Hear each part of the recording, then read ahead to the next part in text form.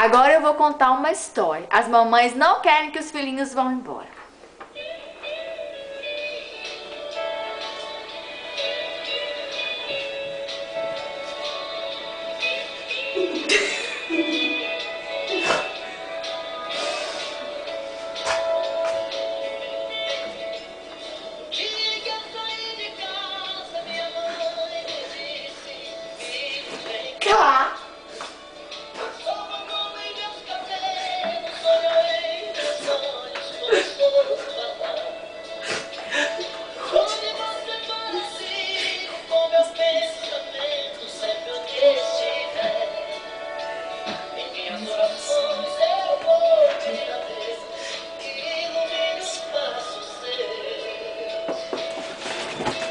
Eu sei que ela nunca compreendeu os meus motivos de sair de lá, mas ela sabe que depois que cresce, filho vira passarinho e quer voar.